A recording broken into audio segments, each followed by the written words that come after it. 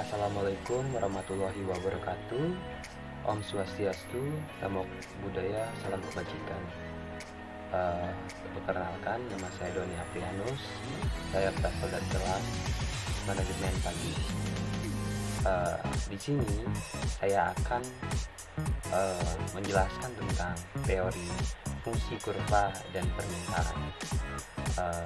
Sebelum masuk ke teori, kita akan mengenal lebih lanjut apa sih pengertian permintaan tersebut. Mari kita simak dengan seksama. Pengertian permintaan ini adalah jumlah barang atau jasa yang diinginkan oleh konsumen pada berbagai tingkat harga dalam periode tertentu. Permintaan efektif terjadi ketika keinginan konsumen disertai dengan kemampuan membeli. Nah, setelah kita mengetahui tentang pengertian permintaan, terdapat hukum permintaan lagi nih. Hukum permintaan itu apa sih? Hukum permintaan itu menyatakan bahwa jika harga suatu barang naik, maka jumlah permintaan akan turun.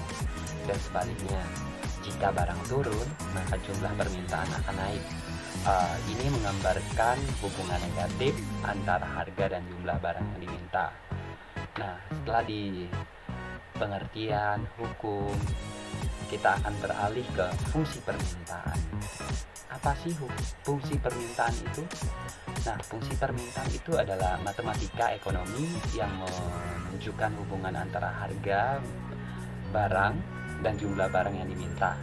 Bentuk umum fungsi si permintaan ini adalah QD sama dengan A min BP, di mana QD ini adalah jumlah barang yang diminta dan P adalah harga barang, A dan B adalah konstanta.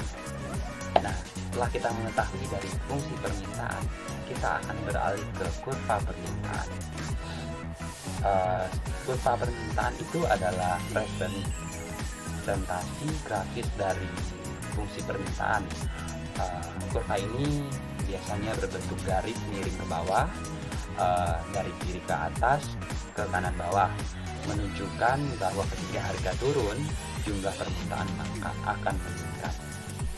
Nah, baik, setelah kita mengetahui nih dari pengertian permintaan, hukum permintaan, fungsi permintaan, dan kurva permintaan, kita udah tahu nih konsepnya bagaimana, dan kita belum tahu nih faktor-faktor yang mempengaruhi permintaan itu seperti apa. Nah, yang menurut saya nih, faktor-faktor yang mempengaruhi fungsi permintaan itu terdapat 4. Yang pertama itu terdapat di harga barang itu sendiri. Penurunan harga biasanya meningkatkan permintaan. Nah, untuk yang kedua, pendapatan konsumen, yaitu peningkatan pendapatan biasanya meningkatkan permintaan. Dan yang ketiga, harga barang substitusi dan komplementer. Harga barang substitusi yang lebih rendah atau harga barang yang komplementer yang lebih tinggi dan mempengaruhi permintaan. Untuk yang keempat, itu terdapat di preferensi dan selera konsumen. Perubahan dalam preferensi atau selera dapat mempengaruhi permintaan. Nah, dari materi tersebut terdapat pertanyaan-pertanyaan yang signifikan yang harus pastinya dibahas. Pertanyaan yang signifikan itu terdapat di apa sih perbedaan antara permintaan absolut dan efektif. Nah, di sini saya akan menjelaskan secara singkat apa sih permintaan absolut itu.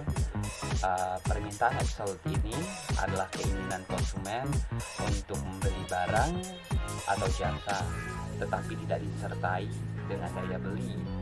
Artinya, konsumen ini ingin membeli sesuatu barang atau jasa, namun tidak memiliki cukup uang atau sumber daya untuk melakukannya. Contohnya seperti seorang mungkin ingin membeli mobil mewah ini, tetapi tidak memiliki cukup uang untuk membelinya. Nah, seperti itu contoh nyata dari permintaan absolut. Dan Untuk permintaan efektif, pengertiannya itu adalah permintaan yang disertai dengan daya beli. Dalam hal ini, konsumen tidak hanya memiliki keinginan untuk membeli barang atau jasa, tetapi juga memiliki kemampuan finansial untuk membeli barang. Misalnya, seseorang ingin membeli sepatu nih.